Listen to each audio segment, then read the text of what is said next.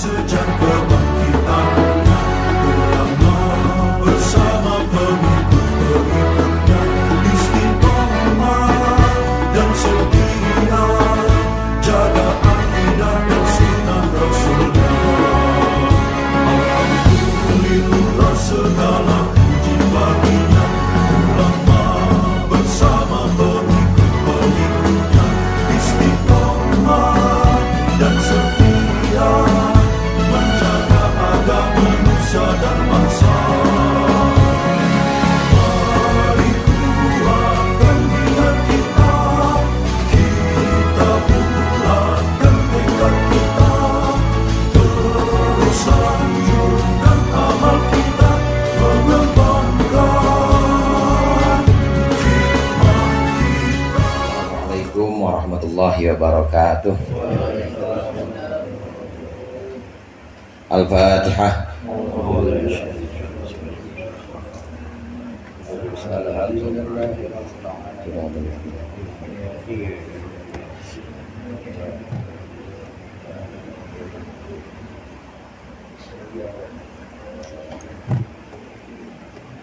Alhamdulillah, alhamdulillahi dzil jalali wal ikram ala ma akmalahu min dinil Islam, wa nusalli wa nusallimu ala nabiyil huda war rahmah al-mab'uthi bil kitabi wal hikmah khatamin nabiyyin wa imamil mursyidin sayyidina Muhammadin wa ala alihi wa sahbihi wa atba'ihi ajma'in, amma ba'd.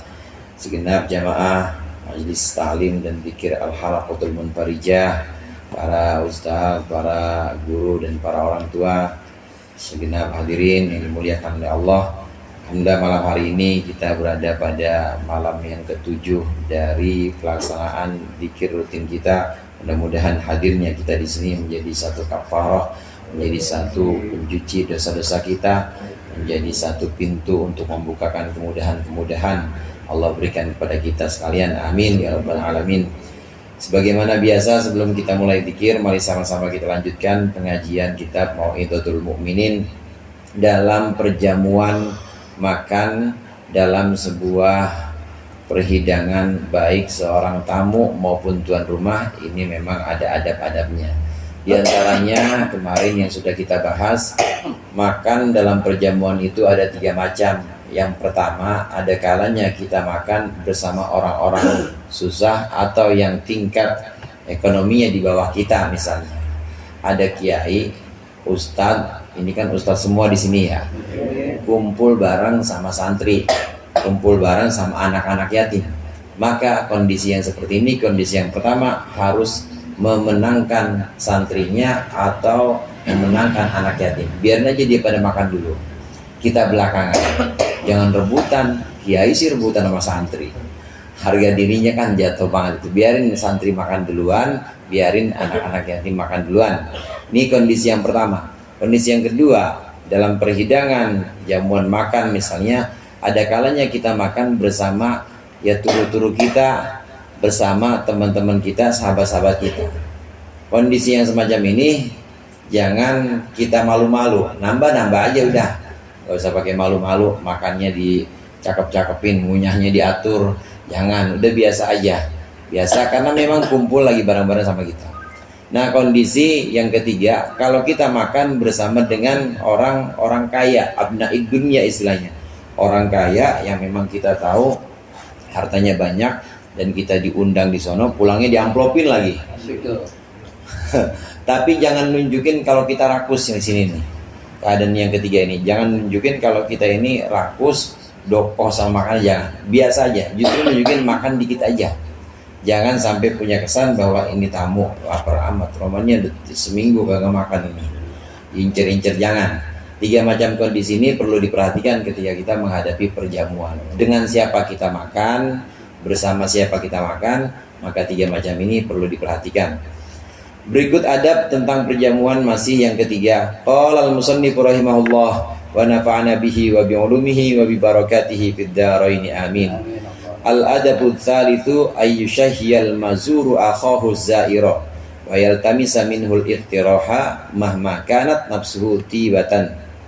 Yang ketiga, hendaklah orang yang diziarahi, tuan rumah maksudnya, yang dikunjungi, membuat senang akhahu zaira, akan saudaranya yang mengunjungi. wa yaltamisa minhul iqtiraha mahma kanat, dan hendaklah dia menggunakan atau menawarkan satu pengajuan, satu usul mahma kanat nafsu tibatan, selagi jiwanya itu masih merasa nyaman. Bifi'li ma yaftarihu. Ala shaf ini yaftarihu, bukan yaftarihu tapi yaftarihu. Di kitab Ihya yang asli yaftarihu. Jika jiwa tuan rumah itu nyaman, bifi'li ma yaftarihu, dengan perlakuan usul dari tamunya, fadzalika hasanun, maka yang demikian itu bagus. Wa fihi ajrun wa fadlun jazirun, dan dalamnya ada ganjaran dan juga keutamaan yang banyak. Seorang tuan rumah ini hendaklah menyenangkan tamunya. Kalau memang tidak merepotkan dan merasa nyaman, tawarin tamunya datang. Tangkar cinyo. Ini kita tahu nih, kalau yang datang Haji Gofur kayaknya enaknya sayur asem, bikinin sayur asem, bikinin, udah nggak usah pakai tanyain, bikinin.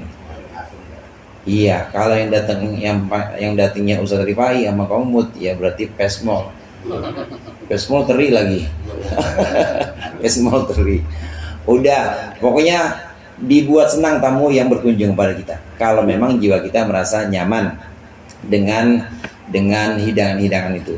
Perlu ditawarin juga. Di sini yang dimaksud yaltamisu minhul iftirah, kita menawarkan satu usulan atau menawarkan satu tawaran. Mau ini ya, sayur asem ya, pesmol ya, tangkar ya, kita nawarin kalau memang jiwa kita nyaman dan kita bisa melaksanakannya. Ini bagus.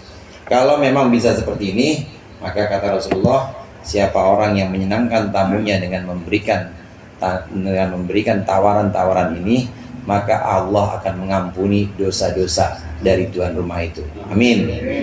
Diampuni oleh Allah dosa tuan rumah yang menawarkan, yang memperlakukan tamu dengan demikian. Ada satu hadis lain Rasulullah menyebutkan, man ladzada akhahu bima yashtahi kataballahu lahu alfi hasanah. Siapa orang yang membuat nyaman, membuat senang tamunya dengan memberikan hidangan-hidangan, maka Allah akan catatkan sejuta. Allah catatkan sejuta kebaikan untuknya, Allah hapuskan sejuta keburukan untuknya, dan Allah angkat sejuta derajat untuk dia, lebih tinggi. Ini untuk orang atau tuan rumah yang menyenangkan tamunya. Jamaah rahimakumullah, kadang-kadang dalam hadis Rasulullah itu dan juga dalam Al-Quran, sebutan alf atau sejuta ini bukan berarti tahdid, ini bukan faedahnya memang ada sejuta derajat atau ada sejuta dosa, enggak, bisa lebih. Karena yang dimaksud di sini adalah faedahnya adalah untuk takfir atau untuk menyatakan banyak. Rasulullah menyatakan ini artinya banyak sekali dosa yang bisa diampuni oleh Allah lantaran kita menghormati dan menyenangkan tamu. Banyak sekali derajat yang akan Allah angkat untuk orang yang menyenangkan tamunya, dan juga banyak sekali kebaikan-kebaikan yang Allah catatkan untuk orang yang menyenangkan tamunya dengan menawarkan hidangan. Tahu kalau Ustadz Samin yang datang, ya kayaknya kopi sama es teh juga udah seneng banget gitu Bang Pian ya. Kopi sama es teh seneng banget, wah itu udah pahalanya itu udah alf. Sejuta kebaikan, sejuta dihapusnya sejuta keburukan, dan diangkat sejuta derajat. Yang terakhir, yang keempat, al-adabur rabi'u alla yaqula lahu hal uqaddimu laka ta'aman. Yang keempat, hendaklah seorang tuan rumah tidak berkata kepada tamunya, hal uqaddimu laka ta'aman, saya bikin makanan ya, nggak usah pakai ditanya. Balian bagi ayyuqaddima in kana, hendaklah dia seyogianya dia menyediakan inkana jika memang ada makanan, fa'in akala, dan jika tamunya makan, nah inilah yang dimaksud, ya alhamdulillah, wa illa fayarfa'uhu, dan jika tidak tamu nggak makan, ya udah ntar diangkat lagi begitu tamu pulang. Gak usah pakai ditanya, bikin kopi ya, enggak usah ditanya, maksudnya gak usah tanya, bikin aja, nggak usah tanya mau ngeteh nggak usah, bikin aja udah. Kalau dia minum ya alhamdulillah, kalau nggak diminum ya udah ntar diangkat lagi. Hendaklah seorang tuan rumah, orang yang dikunjungi oleh tamu-tamunya, maka jangan dia pakai menawarkan, tapi dibikinkan saja yang ada atau dibuatkan yang ada saja. Dan ini juga menimbang-nimbang juga nih.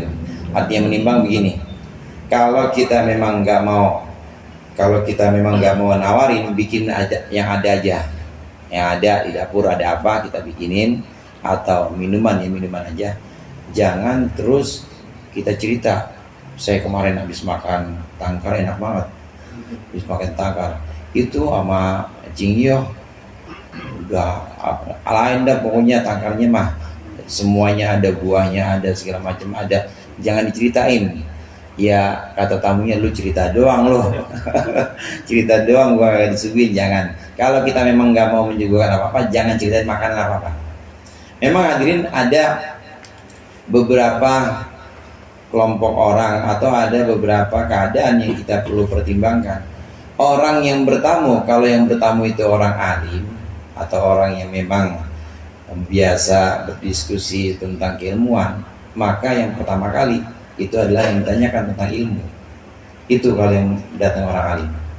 Kalau yang datang itu qori misalnya, yang suaranya bagus, maka nanti begitu waktunya sholat misalnya, biar dia suruh imam, tawarin. Walaupun kita tuan rumah, tawarin dia sebagai imamnya, karena kita tahu dia qori, dia yang bacaan Qurannya bagus. Kalau yang datangnya orang fakir, maka nggak usah tawarin jadi imam, nggak usah tawarin juga bahas inian, bahas masalah-masalah fikih. Jangan, kasih makan aja gitu. Kadang-kadang memang ada yang sekaligus tiga, ya dia miskin juga, qori juga, alim juga, ada tuh yang begitu. Jadi bagaimana? Ya makan dulu dah, makan. Kalau udah makan tenang, nanti ditawarin jadi imam juga nggak kepikiran. Kalau udah makan tenang, nanti diajak diskusi tentang agama juga dia enak. Jadi dahulukan makannya dulu supaya nggak kepikiran. Mudah-mudahan ini bisa menjadi bekal kita dalam perjamuan dan juga dalam